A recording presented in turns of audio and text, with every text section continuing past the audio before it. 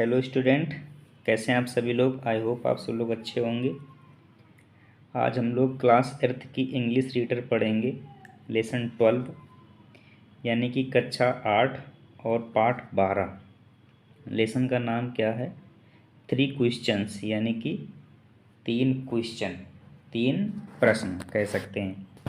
ये पाठ आज हम लोग अच्छे से पढ़ेंगे, इसको समझेंगे। जैसा कि आप लोगों को पता है कि इस चैनल पे मैंने 11 लेक्चर दे दिए हैं, लगभग 11 पार्ट तक मैंने कंप्लीट करा दिया है। आप लोग प्लेलिस्ट पे जा कर के सारे वीडियो देख सकते हैं, और इसी तरह की वीडियो देखने के लिए हमारे चैनल को सब्सक्राइब कर लीजिएगा, ताकि जो भी वीडियो मैं अपलोड करूं तो आप लोगों तक पहुंच जाए। चलिए शुरू करते हैं लेसन 12। देखिए, पहला पैराग्राफ शुरू करते हैं हम लोग, समझिएगा इसको। Long long ago, long long ago there lived a very brave and kind king. इसका अर्थ समझिएगा। बहुत समय पहले, लॉन्ग लॉन्ग एगो यानी कि बहुत समय पहले, there lived a very brave माने बहादुर, एंड काइंड मीन्स दयालु, और किंग मीन्स होता है राजा। लिव्ड मीन्स रहता था, अर्थात बहुत समय पहले एक बहुत साहसी और दयालु राजा रहता था। बहादुर या साहसी कह सकते हैं इसको।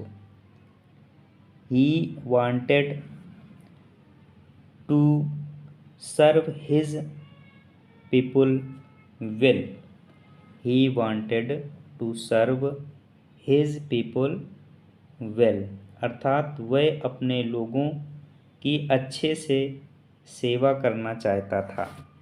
सर्व का मतलब होता है सेवा करना, वांटेड का मतलब चाहना, हिज पीपुल का मतलब अपने लोगों की, विल का मतलब अच्छी तरह से, अर्थात वह अपने लोगों की अच्छी या अच्छे से सेवा करना चाहता था। Once a thought came to the mind of the king, यानी कि एक बार राजा के दिमाग में एक विचार आया। एक बार एक राजा के दिमाग में एक विचार आया। थॉट या थिंक, थॉट का अर्थ हुआ विचार, और केम मतलब आया, टू द माइंड मीन्स दिमाग में, ऑफ द किंग मीन्स राजा के, अर्थात एक बार राजा के दिमाग में एक विचार आया। ही थॉट उसने सोचा। He would never fail, he would never fail वह कभी फेल नहीं होगा या असफल नहीं होगा। इफ़ यदि, ही ने 3 थिंग्स यदि वह 3 चीज़ें जान जाए। ठीक, थिंग्स चीज़ें या वस्तुएं, या 3 बातें कह सकते हो, वह ये 3 चीज़ें जान जाए। नो मीन्स होता है जानना, नो का थर्ड फॉर्म है, सेकेंड फॉर्म होता है नुई। दोज 3 थिंग्स वेयर, यानी कि वह 3 चीज़ें थीं।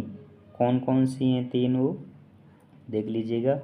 What is the right time, सही समय क्या है। टू बिगिन समथिंग, कुछ भी शुरुआत करने के लिए, यानी कि किसी काम को प्रारंभ करने का सही समय क्या है। ये तो पहला हो गया। दूसरा क्या था? Which people should he listen to, किन लोगों की बात उसे सुननी चाहिए। विच पीपुल, किन लोगों की, शुड ही लिसन उसे सुनना चाहिए, टू किन लोगों की बात उसे सुननी चाहिए। और थर्ड क्वेश्चन यानी कि तीसरा प्रश्न क्या था? What is the most important thing for him to do, यानी कि कौन सा काम उसके लिए सबसे अधिक महत्वपूर्ण है। बात समझ गए।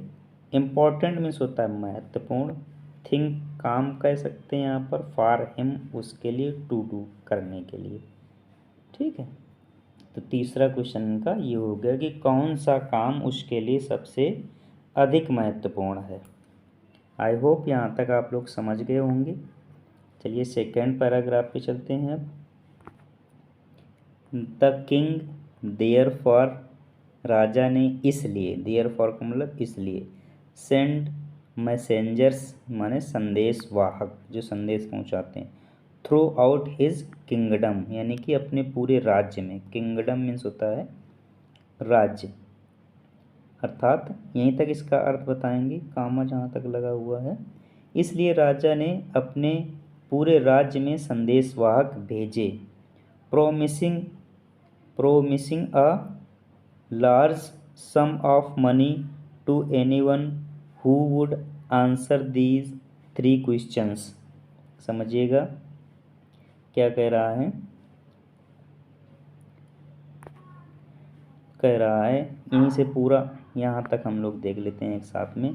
There the king therefore send messenger throughout his kingdom promising a large sum of money to anyone who would answer these 3 question. यानी कि राजा ने इसलिए पूरे राज्य में संदेश वाहकों से संदेश पहुंचवाया कि यदि कोई इन 3 प्रश्नों का उत्तर देता है तो उसे खूब पैसा देंगे, बहुत सारा पैसा देंगे। प्रोमिसिंग मीन्स वादा किया, अ लार्ज सम ऑफ मनी खूब सारा धन, टू एनीवन यानी कि जो कोई आंसर देगा इन तीनों प्रश्नों का।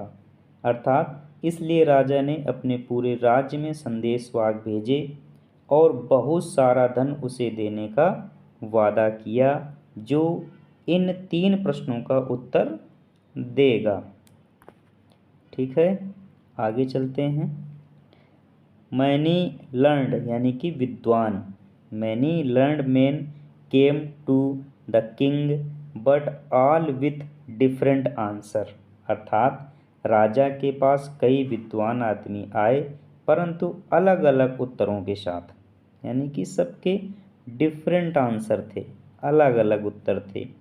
लर्नड मैन का मतलब होता है विद्वान आदमी। ठीक है, आगे चलते हैं। In reply to this first question, अर्थात पहले प्रश्न के उत्तर में, रिप्लाई का मतलब होता है उत्तर देना किसी चीज़ का। टू द फर्स्ट क्वेश्चन यानी कि प्रथम प्रश्न कह सकते हैं, प्रथम प्रश्न के उत्तर में। सम सेड कुछ ने कहा, the king must prepare a time table and follow it strictly यानी कि कड़ाई से। सम सेड यानी कि कुछ ने कहा, क्या कहा, कुछ ने कहा राजा एक समय सारणी बनाकर उसका दृढ़ता से पालन करें। स्ट्रिक्टली मीन्स होता है दृढ़ता से, और फॉलो का मतलब होता है पालन करें। टाइम टेबल का मतलब होता है समय सारणी, और प्रिपेयर का मतलब होता है तैयार करना। समझ गए। नेक्स्ट लाइन देखते हैं। अदर्स सैड दूसरों ने कहा, अदर्स सैड यानी कि दूसरों ने कहा। इट वॉज इम्पॉसिबल यानी कि ये संभव नहीं है। टू डिसाइड ये निश्चय कर पाना। इन एडवांस यानी कि पहले से। द राइट टाइम सही समय। फॉर डूइंग समथिंग कोई काम करने के लिए, यानी कि दूसरों ने या कुछ लोगों ने कहा कि किसी कार्य को करने का सही समय पहले से ही तय कर पाना असंभव है। ठीक है, तय कर पाना असंभव है। आगे देखते हैं। At others said that the king needed a council of wise man. यानी कि कुछ ने कहा कि राजा को बुद्धिमान लोगों के परिषद की आवश्यकता थी। बुद्धिमान लोगों की परिषद, काउंसिल मीन्स होती है परिषद, और नीडेड का मतलब होता है आवश्यकता थी।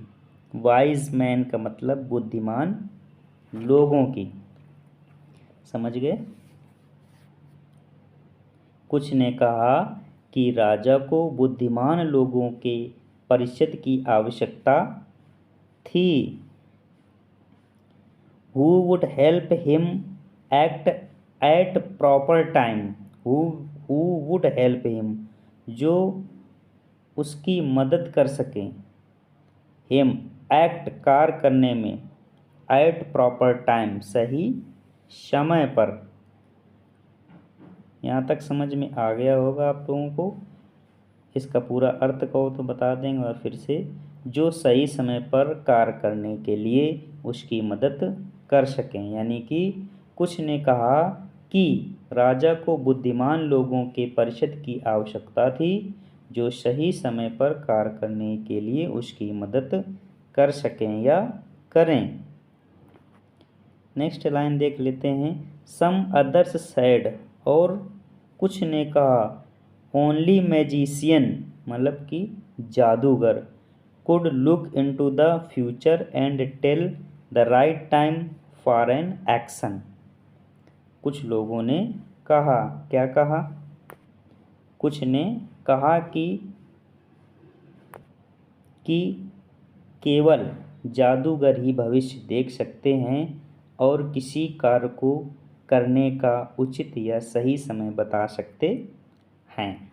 राइट टाइम उचित समय या सही समय बता सकते हैं। Equally different were the answer to the second question. इस प्रकार से दूसरे प्रश्न के उत्तर भी सबने अलग अलग दिए। यानी कि दूसरा जो क्वेश्चन था उसके आंसर सब ने डिफरेंट दिए, सेम आंसर नहीं था। सम सेड, कुछ ने कहा the right people for the king to listen to were his advisers, माने सलाहकार, उसके सलाहकार।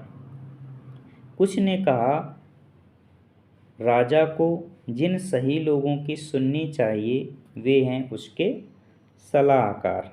सही लोग यानी कि राइट पीपुल मतलब सही लोग, और हिज एडवाइजर्स में सलाहकार। अर्थात कुछ ने कहा राजा को जिन सही लोगों की सुननी चाहिए वे हैं उसके सलाहकार।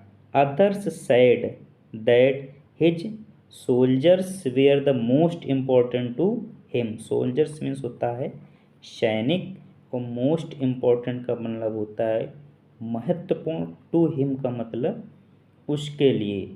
तो इसका अर्थ क्या हो जाएगा? तो कुछ ने कहा कि उसके सैनिक उसके लिए सबसे महत्वपूर्ण हैं।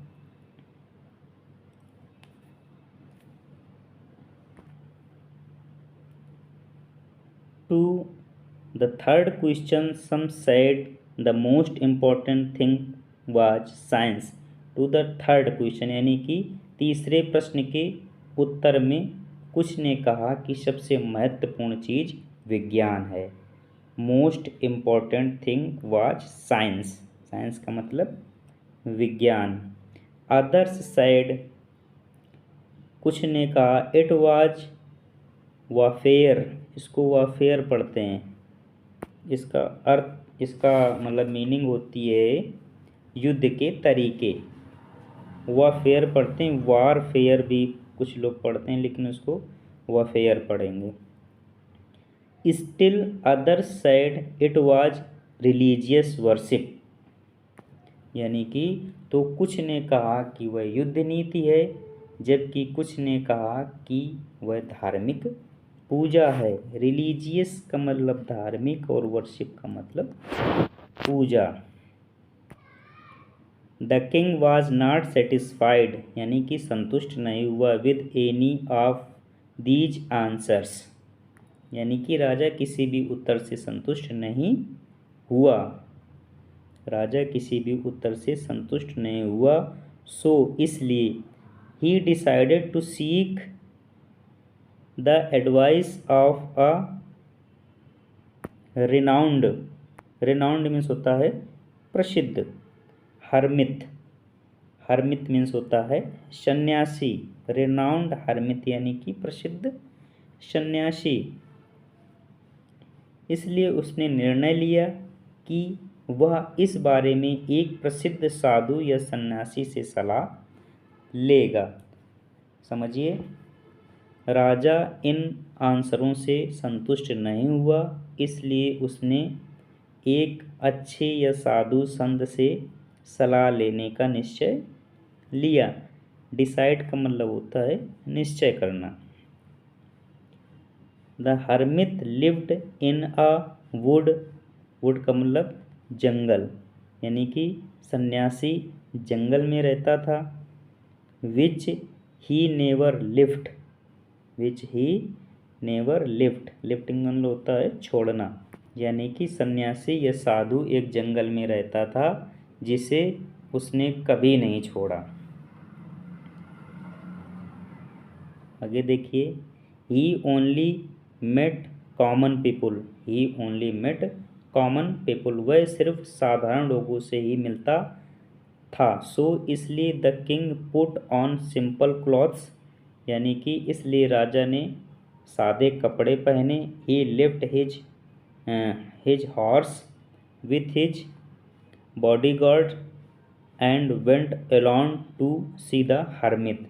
बॉडीगार्ड्स मतलब होता है वही जो बॉडीगार्ड होते हैं ना, साथ में चलते हैं सैनिक। वेंट एलॉन मतलब अकेले जाना, टू सी मतलब देखने, द हर्मित मीन्स संत या साधु को। हॉर्स मीन्स पता ही आप लोगों को घोड़ा होता है, तो समझिएगा। इसलिए राजा ने सादे कपड़े पहने। उसने अपने अंगरक्षकों यानी कि बॉडीगार्ड्स के पास अपना घोड़ा छोड़ा और साधु को अकेला ही मिलने चल पड़ा, यानी कि साधु से मिलने के लिए वह अकेले ही निकला। As the king reached, reached का मतलब होता है पहुँचा, the hermit's hut, hermit's means साधु की झोपड़ी, हट माने होता है झोपड़ी या कुटिया। जैसे ही राजा साधु की कुटिया में पहुँचा, ही सा the hermit designs the ground in front of his हट, यानी कि जैसे ही राजा साधु की कुटिया में पहुंचा, उसने साधु को कुटिया के सामने जमीन खोदते देखा। ग्राउंड का मतलब होता है जमीन, डिज़ाइन करना या बराबर करना कह सकते हैं। हट का मतलब झोपड़ी, फ्रंट ऑफ हिज हट यानी कि झोपड़ी के सामने। आगे देखिए, the hermit was old and weak, hermit यानी कि साधु बूढ़ा और कमज़ोर था। ही ब्रीथ्ड हैविली, वह लंबी सांसें ले रहा था, ये वह लंबी सांसें भरता। एज ही वर्कड, यानी कि काम करते करते वह गहरी सांसें ले रहा था, लंबी सांस ले रहा था। और चलिए नेक्स्ट लाइन देख लेते हैं। The king went up to him and said, राजा उसके पास गया और बोला, ओ वाइज हर्मित, हे विद्वान साधु, I have come to seek the answer to 3 questions, यानी कि मैं 3 प्रश्नों का उत्तर जानने आया हूँ, मैं 3 प्रश्नों का उत्तर जानने आया हूँ। आंसर टू द 3 क्वेश्चन यानी कि 3 क्वेश्चनों का उत्तर। How can I learn to do the right time at the right thing at the right time, यानी कि मैं 3 प्रश्नों का उत्तर जानने आया हूँ, मैं सही समय पर सही कार्य कैसे सीख सकता हूँ, मैं सही समय पर सही कार्य कैसे सीख सकता हूँ। लर्न का मतलब होता है सीखना। Who are the most important people for me, मेरे लिए सबसे महत्वपूर्ण व्यक्ति कौन हो सकता है, एंड और what affairs need my first attention, और कौन से मामले मेरे लिए प्रथम हो सकते हैं, या कौन सा काम मेरे लिए महत्वपूर्ण हो सकता है कह सकते हैं, पर यहाँ यही कहेंगे कौन सा काम हमारे लिए प्रथम होगा, या प्रथम कार्य कौन रह सकता है हमारे लिए, फर्स्ट अटेंशन। ठीक है। The hermit listened to the king, यानी कि साधु ने राजा को सुना, बट सैड नथिंग, लेकिन कुछ नहीं कहा। ही वेंट ऑन डिजाइनिंग, वह डिजाइनिंग ग्राउंड, यानी वह ग्राउंड को बराबर करता रहा। 1 hour पास्ड, 1 घंटा बीत गया। एंड अदर्स, और दूसरा भी। The sun went down behind the trees, यानी कि सन का मतलब सूरज, वेंट डाउन का मतलब नीचे आ गया, बिहाइंड द ट्रीज, पेड़ के पीछे कह सकते हैं इसको, यानी कि शाम होने वाली थी। सूरज पेड़ के पीछे छुप गया या छुपने लगा। At last the king stuck the spade into the ground and said, इसमें कुछ छूट गया है, 1 मिनट, ये बीच की 1-2 लाइनें छूट गई हैं, कहाँ से छूटा ये देख लेने दीजिए। हाँ, यहाँ तक कराया था, इसके बाद हम नीचे आ गए थे पढ़ाने। चलिए देख लीजिए, फिर से बता देते हैं, यहाँ से देखना था। यू आर टायर्ड, तुम थक गए हो। सैड द किंग, राजा ने कहा। Let me take the spade and dig for you, यानी कि लेट मी द स्पैड का मतलब फावड़ा, एंड डिग फॉर यू, और मुझे खोदने दीजिए, यानी कि मुझे फावड़ा दे दीजिए और आपके लिए खोदने दीजिए। यहाँ तक ये छूट गया था, थैंक्स, धन्यवाद। सैड द हर्मिट, यानी कि साधु ने कहा। Giving the spade to the king, giving the spade to the king, धन्यवाद, साधु ने कहा। राजा को फावड़ा देकर वह जमीन पर बैठ गया। कह रहा he sat down on the ground, वह जमीन पर बैठ गया। 1 hour पास्ड, यानी कि 1 घंटा गुजर गया। एंड एनदर, और दूसरा भी, अर्थात 1 घंटा बीत गया और दूसरा भी बीत गया, यानी कि 2 घंटे लगभग हो गए। Sun went down behind the trees, यानी कि सूर्य पेड़ों के पीछे जाकर अस्त हो गया, यानी कि छुप गया या अस्त हो गया। At last the king stuck the spade into the ground and said, अंत में राजा ने फावड़ा जमीन पर रखा, फावड़ा जमीन पर रख दिया। ओ वाइज मैन, अरे बुद्धिमान व्यक्ति। प्लीज आंसर माई क्वेश्चन, कृपया मेरे प्रश्नों का जवाब दीजिए। If you can give me none, tell me so and I will return home, अगर आप नहीं दे सकते तो मुझे बताइए और मैं अपने घर चला जाऊं। अगर आप उत्तर नहीं दे सकते तो मुझे बताइए और मैं अपने घर चला जाऊं। आई विल रिटर्न होम मतलब घर वापस जाना। Here comes someone running, sad the hermit, यानी कि कोई इधर भागता आ रहा है, साधु ने कहा। कोई इधर भागता आ रहा है, साधु ने कहा। Let us see who is, let us see who is, यानी कि आओ देखें कौन है वो, आओ देखें कौन है वो। The king turned round and saw a bearded man running towards them, यानी कि राजा पीछे पलटा और एक दाढ़ी वाले आदमी को अपनी तरफ आते हुए देखा। बियर्डेड मैन का मतलब होता है दाढ़ी वाला आदमी, बियर्ड मीन्स होता है दाढ़ी। हिज हैंड्स, उसके हाथ, वेयर प्रेस्ड मीन्स रखे हुए थे, अगेंस्ट हिज स्टमक, अपने पेट के ऊपर, फ्रॉम विच, जहाँ से ब्लड वाज फ्लोइंग, यानी कि खून बह रहा था। यानी कि अपने हाथ उसने अपने पेट पर रखे हुए थे जहाँ से खून बह रहा था। When he reached the king side, जब वह राजा के पास पहुँचा, द मैन फेंटेड, फेंटेड का मतलब होता है बेहोश हो जाना या मूर्छित होना, यानी कि राजा के पास पहुँचते ही वह बेहोश हो गया। There was a large wound in his stomach, यानी कि उसके पेट पर एक बड़ा घाव था, पेट पर एक बड़ा घाव था। स्टमक में होता है पेट। लार्ज वुंड का मतलब, वुंड मतलब होता है घायल, लेकिन यहाँ पर हम घाव कहेंगे। ठीक है।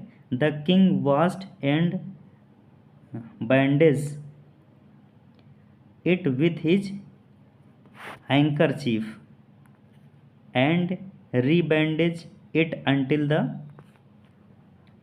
ब्लीडिंग स्टॉप्ड, यानी कि राजा ने उसे धोया और अपने रुमाल से पट्टी बांधी, और जब तक खून नहीं रुका तब तक दोबारा पट्टी बांधता रहा, तब तक दोबारा पट्टी बांधता रहा। ब्लीडिंग स्टॉप्ड है ना, जब तक खून बंद नहीं हुआ तब तक। The man felt better and asked the water, felt better यानी कि उस व्यक्ति को थोड़ा अच्छा महसूस हुआ और उसने पानी मांगा। The king brought fresh water for him, यानी कि राजा उसके लिए एक शुद्ध अच्छा पानी लाया या शुद्ध वाटर लाया। By this time, by this time इस समय को, द सन हैड सेट, सूर्य अस्त हो गया, and the air was cool, हवा ठंडी हो गई। द किंग यानी कि राजा, with the help of the hermit, यानी कि राजा the king with the help of hermit, साधु की सहायता करते हुए राजा, cried carried the wounded man into the hut and lay him down on the bed, यानी कि साधु की मदद से राजा जख्मी आदमी को कुटिया के अंदर ले गया और बिस्तर पर लिटा दिया। ठीक है। डाउन ऑन द बेड का मतलब बिस्तर पे लिटा देना। The king was tried by now, tired यानी कि अब राजा थक चुका था। टायर्ड मीन्स थकना होता, नाउ मीन्स अब। He too lay down on the floor, वह भी फर्श पर लेट गया। And slept all through the night, और पूरी रात आराम से सोया। वेन ही वोक अप, जब वह जगा, ही सा उसने देखा, the bearded man looking at him, दाढ़ी वाला व्यक्ति उसे देख रहा था। Forgive me said the bearded man in a week voice, यानी कि मुझे माफ़ कर दीजिए, एक कमज़ोर सी आवाज़ में दाढ़ी वाले आदमी ने कहा। आई डोंट नो, मैं तुम्हें नहीं जानता। आई डोंट नो यू, यानी कि I don't know you and have nothing to forgive you for, said the king, अर्थात मैं तुम्हें नहीं जानता और तुम्हें माफ़ करने लायक कुछ भी नहीं है, राजा ने कहा। यू डोंट नो मी, यानी कि आप मुझे नहीं जानते, बट लेकिन आई नो यू, मैं आपको जानता हूँ। I am an enemy of yours, मैं तुम्हारा एक शत्रु हूँ। You had put my brother to death and seized our property, यानी कि आपने मेरे भाई को मरवाया था और हमारी संपत्ति जब्त कर ली थी। आपने मेरे भाई को मरवाया था और हमारी संपत्ति जब्त कर ली थी, सीज्ड कर ली थी। सीज मतलब होता है जब्त करना कोई चीज़। मैं जानता था दैट कि you had gone alone to meet the hermit, यानी कि मुझे पता था कि तुम अकेले एक साधु से मिलने गए हैं। I had planned to kill you, मैंने तुम्हें मारने का प्लान किया था, बट लेकिन when you did not return, जब आप वापस नहीं लौटे, I came out from I came out from I came out from my hidden place and your bodyguards wounded me, मैं अपने छिपे हुए स्थान से बाहर आया और आपके अंगरक्षकों ने मुझे घायल किया। सम हाउ, किसी तरह, आई एस्केप्ड एंड रीच्ड यू, किसी तरह मैं बचकर आपके पास तक पहुंचा हूँ। You dressed my wounds and saved my life, यानी कि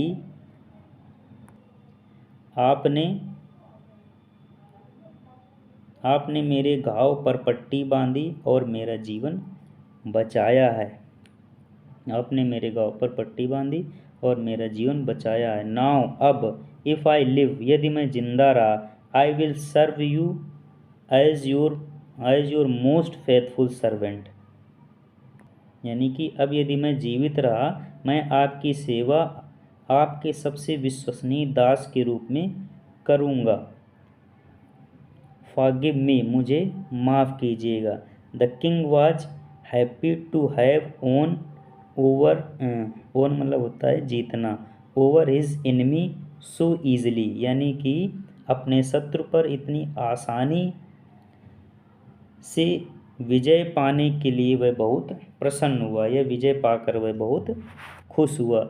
द किंग प्रॉमिस्ड, राजा ने वचन दिया, हिम, उसे, to give back his property, उसकी संपत्ति वापस लौटाने का, यानी कि राजा ने उसकी संपत्ति वापस लौटाने का वचन दिया। The bearded man thanked the king, यानी कि दाढ़ी वाले व्यक्ति ने उसे धन्यवाद दिया। एंड लिफ्ट, और चला गया।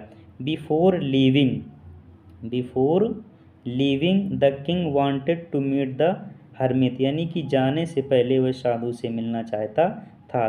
The hermit was sowing seeds in the field, the hermit mean साधु, कई बार बता चुके हैं। सोइंग मतलब बो रहा था, सीड्स का मतलब बीज, इन द फील्ड मीन्स खेत में, यानी कि साधु खेत में बीज बो रहा था। The king said to him, राजा ने उससे कहा, प्लीज आंसर माई क्वेश्चंस, कृपया मेरे प्रश्नों का जवाब दीजिए। Your questions have already been answered, यानी कि तुम्हारे प्रश्नों का उत्तर ऑलरेडी दिया जा चुका है। सेड द हरमित, साधु ने कहा। Answered, Uttar. What do you mean, आपका क्या मतलब है। सेड द किंग, राजा ने कहा। एस, हाँ। If you have not dug the field for me, यदि आपने मेरे लिए खेत में खुदाई नहीं की होती, you would have gone away, तो तुम चले गए होते। देन, तब, दैट मैन, वह व्यक्ति, would have attacked you, and, तब वह व्यक्ति आप पर हमला कर देता। And you would have wished you had stayed with him, यानी कि हाँ, यदि तुमने मेरे लिए खेत नहीं खोदा होता तो तुम चले गए होते। तब वह आदमी तुम पर प्रहार कर देता और तुम इच्छा जताते कि काश तुम मेरे साथ ही रह जाते, या काश तुम मेरे पास ही रुक जाते। स्टेड का मतलब होता है ठहरना, विद हिम, विद मी, मेरे साथ, और विश का मतलब होती इच्छा। सो, इसलिए, the most important time was when you were digging the field, इसलिए सबसे महत्वपूर्ण समय वह था जिसमें तुम खेत खोद रहे थे, digging the field. And I was the most important man, and to do me good was your most important things, यानी कि और मैं सबसे आवश्यक इंसान था और तुम्हारे लिए सबसे अधिक आवश्यक काम मेरे साथ अच्छा करना था। Afterwards, when the man ran to us, the most important time was when you were caring for him, यानी कि आफ्टरवर्ड्स मतलब उसके बाद, जब वह आदमी हमारी तरफ भागा आया या भाग कर आया, सबसे आवश्यक समय था। जब तुम उसकी देखभाल कर रहे थे। केयरिंग, केयर का मतलब होता है देखभाल करना, हिम मीन्स उसकी देखभाल कर रहे थे। सो इसलिए he was the most important man, इसलिए वह बहुत महत्वपूर्ण व्यक्ति था। And what you did for him was your most important thing, अतः वह सबसे महत्वपूर्ण इंसान था और जो तुमने उसके लिए किया वह तुम्हारे लिए सबसे महत्वपूर्ण काम था। आई होप यहाँ तक समझ में आया होगा। रिमेंबर, रिमेंबर का मतलब याद रखो या याद रहे। क्या याद रहे? There is only one time that is important and that time is now, यानी कि याद रखो एक ही समय है जो सबसे महत्वपूर्ण है और वह है अभी, यानी कि इस समय, यही समय बहुत ही महत्वपूर्ण है। The most important person is the person you are with at the particular moment for no one knows what will happen in future. कह रहा है सबसे महत्वपूर्ण इंसान वो है जो तुम्हारे साथ है इसी समय, क्योंकि कोई नहीं जानता कि भविष्य में क्या होना है, कोई नहीं जानता कि भविष्य में क्या होना है। The most important thing is to do that person good because we are send to this world for that only, यानी कि सबसे महत्वपूर्ण चीज़ है उसी इंसान के साथ अच्छा करना, क्योंकि हमें इस दुनिया में यही करने भेजा गया है। कह रहा send to this world for that only, यानी कि हमें इस दुनिया में यही करने के लिए भेजा गया है। तो इस तरह से लेसन होता है कंप्लीट, काफ़ी बड़ा लेसन था। आप लोग समझिएगा, आराम से पढ़िएगा इसको, और इसी तरह की वीडियो देखने के लिए हमारे चैनल को सब्सक्राइब ज़रूर कीजिएगा। Thank you.